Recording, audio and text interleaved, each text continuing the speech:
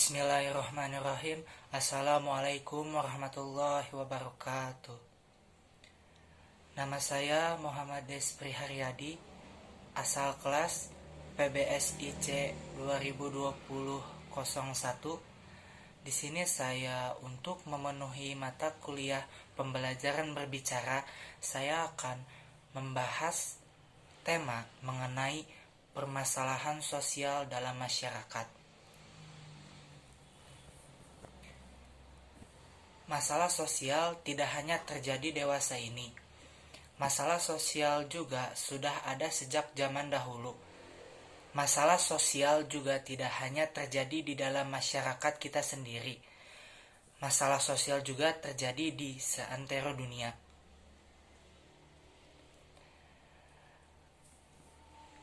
Pembahasan yang pertama yaitu permasalahan sosial di masyarakat. Pengertian masalah sosial. Istilah masalah sosial mengandung dua kata, yakni masalah dan sosial. Kata sosial membedakan masalah ini dengan masalah ekonomi, politik, fisika, kimia, biologi, dan masalah lainnya meskipun bidang-bidang ini masih terkait dengan masalah sosial. Kata sosial antara lain mengacu pada masyarakat, hubungan sosial, struktur sosial, dan organisasi sosial. Kata masalah mengacu pada kondisi, situasi atau perilaku yang tidak diinginkan, bertentangan, aneh, tidak benar, dan sulit. Ada beberapa pandangan para tokoh sosiologi tentang masalah sosial. Yang pertama, pandangan dari Arnold M. Ross mengatakan bahwa masalah sosial dapat didefinisikan sebagai suatu situasi yang telah memengaruhi sebagian besar masyarakat, sehingga mereka percaya bahwa situasi itu adalah sebab dari kesulitan mereka. Yang kedua, pendapat dari Surjono Sukanto mengatakan bahwa masalah sosial adalah suatu ketidaksesuaian antara unsur-unsur kebudayaan atau masyarakat yang membahayakan kehidupan kelompok sosial. Ada dua elemen penting terkait definisi masalah sosial. Elemen yang pertama adalah elemen objektif. Elemen objektif menyangkut keberadaan suatu kondisi sosial. Kondisi sosial disadari melalui pengalaman hidup kita, media, dan pendidikan. Sementara itu, elemen subjektif masalah sosial menyangkut pada keyakinan bahwa kondisi sosial tertentu berbahaya bagi masyarakat dan harus diatasi.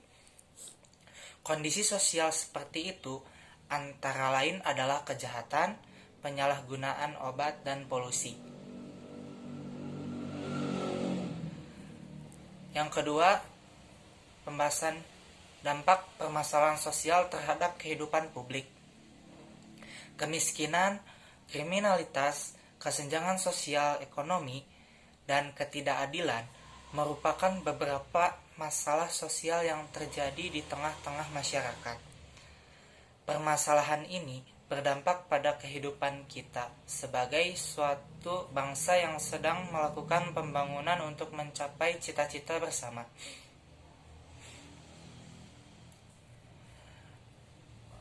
Di sini ada beberapa pembahasan. Yang pertama, ketidakadilan sebagai masalah sosial karena mengandung unsur kesewenang-wenangan, yaitu pada umumnya menyangkut masalah pembagian sesuatu terhadap hak seseorang atau kelompok. Dampak ketidakadilan akan memunculkan kesenjangan sosial ekonomi pada masyarakat. Yang kedua, kesenjangan sosial ekonomi adalah akibat pendekatan pembangunan yang tidak berkeadilan. Hal ini akan berakibat pada rasa tidak puas dan kecewa sebagian masyarakat yang mengalaminya. Selain itu, akan berujung pada meningkatnya angka kemiskinan dan kriminalitas. Yang ketiga, kemiskinan sebagai masalah sosial akibat dari kesenjangan sosial ekonomi. Kemiskinan yang dihadapi suatu bangsa akan berdampak sangat luas bagi kehidupan manusia. Dampak dari kemiskinan antara lain meningkatnya angka putus sekolah, dan menurunnya tingkat kesehatan masyarakat. 4. Kriminalitas atau kejahatan sebagai salah satu bentuk penyimpangan. Hal ini karena pelaku kriminal melanggar hukum pidana yang mengatur kehidupan mereka.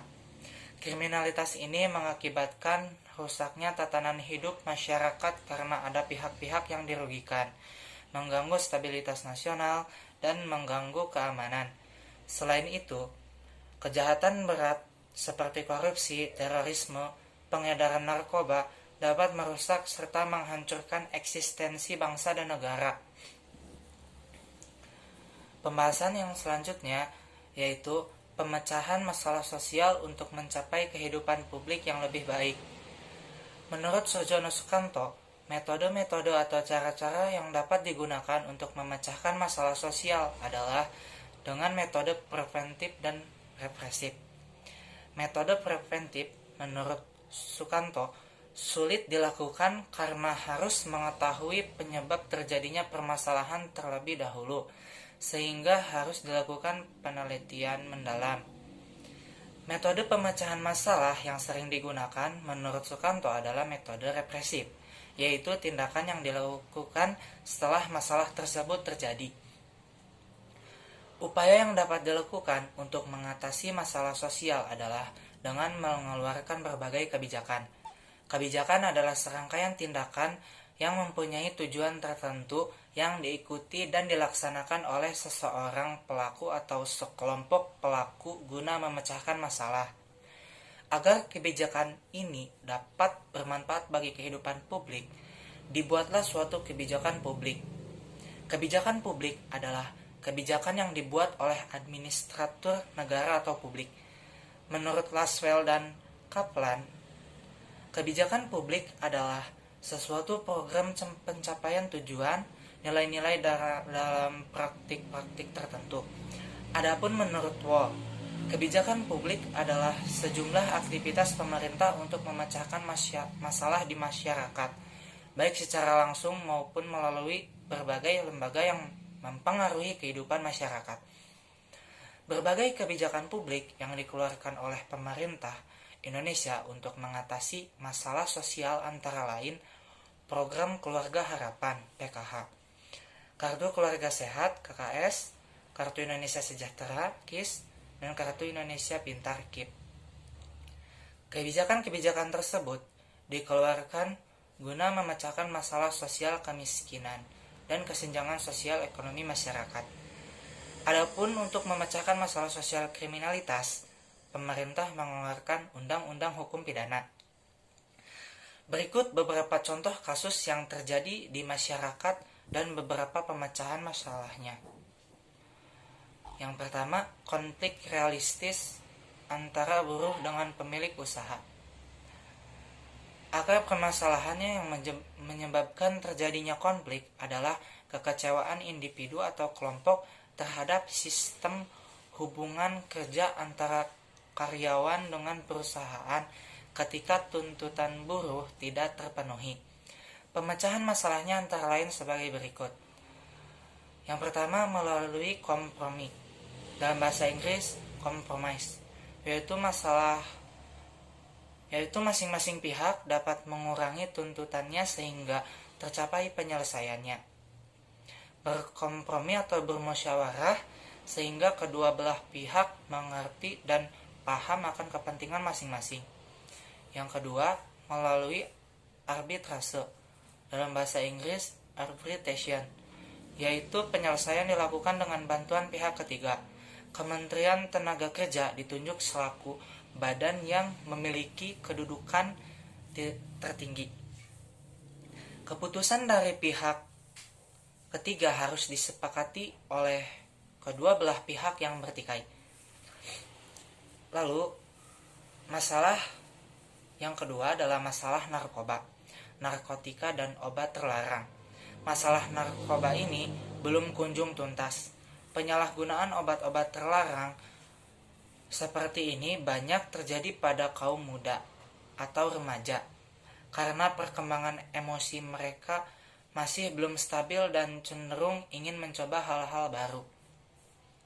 Upaya yang dapat dilakukan keluarga adalah dengan cara persuasif, yaitu memberi nasihat, mengajak dan membimbing anak agar menjauhi narkoba. Apabila seorang anak sudah terkena narkoba, dapat dilakukan tindakan pemulihan dengan pembinaan atau rehabilitasi. Berdasarkan beberapa contoh kasus dan upaya penyelesaian, dapat dikatakan bahwa pemecahan masalah tidak dapat dilakukan dengan metode atau pendekatan yang sama, karena setiap masalah memiliki latar belakang atau akar masalah yang berbeda. Sekian presentasi yang dapat saya sampaikan, kurang lebihnya mohon dimaafkan. Wassalamualaikum warahmatullahi wabarakatuh.